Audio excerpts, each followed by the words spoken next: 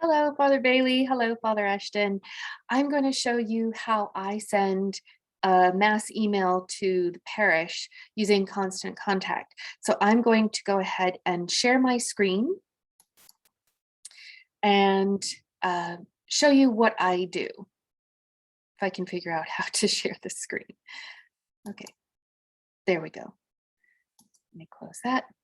All right, so right now I am in Zoom and you're more than welcome to use my computer. I will leave login instructions so that you can log on to my computer and make the recording or send email using Constant Contact. Once you log in using your laptops, it will, and if you save the password, which you're more than welcome to do, it will automatically get you to where we're going. But on my computer, if you needed to use this, if you look at tools, right underneath the first one that I have a bookmark called Constant Contact, and that will take us to Constant Contact. And then you would click login, and the password is, or excuse me, the username is secretary@ststevensor.org, and the password is Crown Grace 212 with an asterisk for the O and an ampersand for the A. And you would just click login.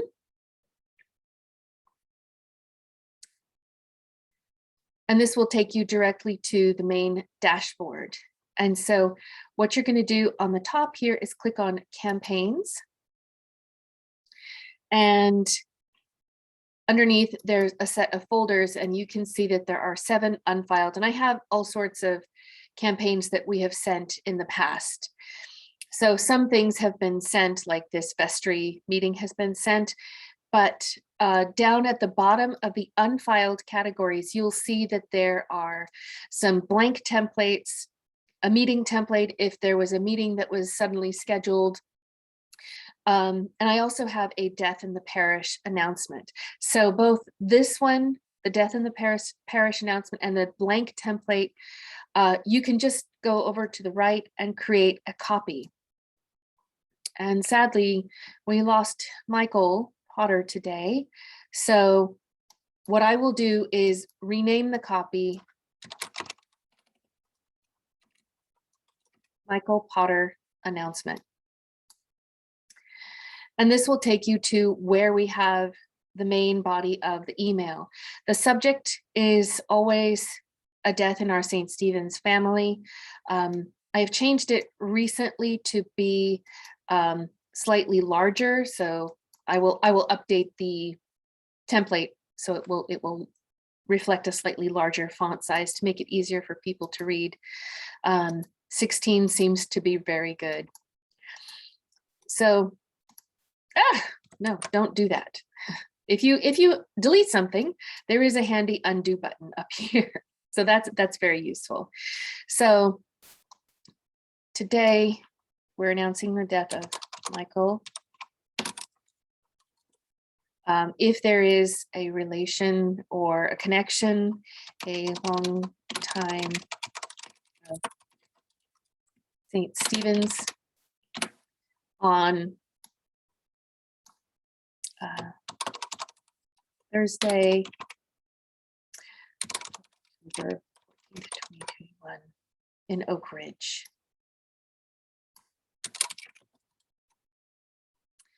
And then here, this is where we can just mention, please keep his family in your prayers. I might want to make this centered. All of this should look very similar to anything that you would normally edit in any other word processing program. Here I have, this is the prayer from the Book of Common Prayer. And I usually just unbold. I have brother, sister, his, her in bold so that it reminds me to make that change. And then I add the name, delete out her, and then unbold his. And then I might move like the the citation to the very bottom. And I might put a little bit more space. And that would be all that I would add for an email. When you are finished, if you're happy with how this email looks, you can save it up at the top and then click on continue. And that will take you to the recipients. And if you scroll down to the bottom, you'll see we have the St. Stephen's Parish list. You would just click there. I always unclick this little box that says send me early results because it just fills up my inbox and I don't like that. I will determine when I want to send this email and what time. So I might want this to go out at 4 p.m. today, but you can certainly change the date to have something in the future. So you can schedule something now, or you can send an email now or schedule it for later. Select the time and the date, and then go up to the top and say schedule. And that's it. If you need to edit that email, and if you needed to add some information or something, you have to unschedule it first before you can edit the email that's going out. But if you wanted to take a look at the preview, you would see this is exactly what the email would look like. But going back to campaigns, just giving you, and now you'll see that there's the Michael Potter announcement. It is scheduled for October 14th at 4 p.m. And you'll see that there's a few others that have been scheduled. So next week, the Pentecost communion delivery email will go out on the 19th. And I will tidy some of this up later. But if you need to send a generic message to the parish, let's say next Sunday on the 24th, it's going to be a thunderstorm right at 1 o'clock. You can create a copy. Whoop, let me move this out of the way. Create a copy. And you might just say service 1 p.m. service canceled. So if you give it a unique name, sometimes with the date, that's very helpful. And then once you get here, again, I will update these so that the font is a little bit bigger and easier to read.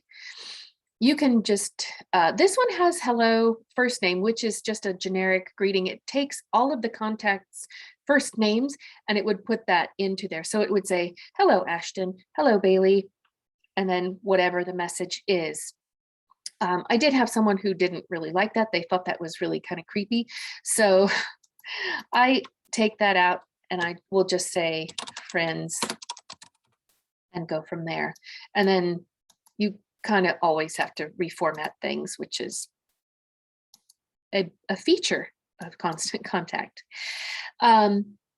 Whatever you would want to send, or whatever message you want to put, you can type in right there. Up here, when you want to enter a subject line, if you just click in there, you can say 1 p.m. service canceled. And then the pre-header is weather will be bad. Whatever you want that to be. If you wanted to change the from address and the reply to address, you can change that by going into this little menu. Ashton, if you want, we can add your email address in there if you like. And if someone wants to, if you wanted someone to respond to you, that would work. Or for example, like the communion emails get sent from Bailey, from revnorman1011@gmail.com, and then the reply to as well. So if we send out an email about communion and people just decide, no, I don't want to fill out the form, I'm just going to email Bailey directly, they could reply to that message and say, well, please send me communion. but otherwise you can just leave it as secretary@ststevensor.org. And you would say save. Oh, one thing, if you happen to be typing in here sometimes when you first go in and you try to change the subject, and if the mouse goes over or outside of this sort of dialog box, it's very annoying and it will kind of disappear. But you would just click on this area again and, oh, maybe they fixed it. And then proceed. And so here you might say, weather's going to be bad. We're going to cancel services, add whatever message, and then go to continue, and then send it to whomever you wish, probably St. Stephen's Parish list. And you can schedule again where you want it to be sent, unclick send me early results, and go from there. I'll just click save. It doesn't have anything, it's not going anywhere. I can also go back. I think that's the basics of using Constant Contact. If you get into a bind, Adam Ballintoy also knows how to use Constant Contact, but it's relatively intuitive. If you look under the campaigns that we have, this one I'm just going to go ahead and delete. You can see that there are some basic emails that I create. I create drafts every week of like the weekly e-news of the Pentecost communion. So when we are sending out communion, I will do a whole bunch at once so that I have those emails ready just in draft format. And the folders over here on the left just show how things get organized. So for example, the vestry Zoom meeting has already gone out. So I will just select that one and move it to the vestry email, and then it doesn't clutter up the unfiled campaigns. These are called email campaigns. I think that's everything. So I'm going to stop sharing. There you go. It's fairly simple. Hopefully you won't need to send out anything like that, but in the event that you do, now you know. I don't think there's very much that you can break or mess up, so don't worry about trying something and seeing if it works. There is also a test function, so you could create an email campaign and test it out by sending it to yourself and seeing what it looks like, seeing how it works. But yeah, if you need any help, I'm also available. So, but I think it's fairly intuitive once you kind of have taken a little bit of a gander at it. So I hope that helps, and I will see you when I get back from vacation.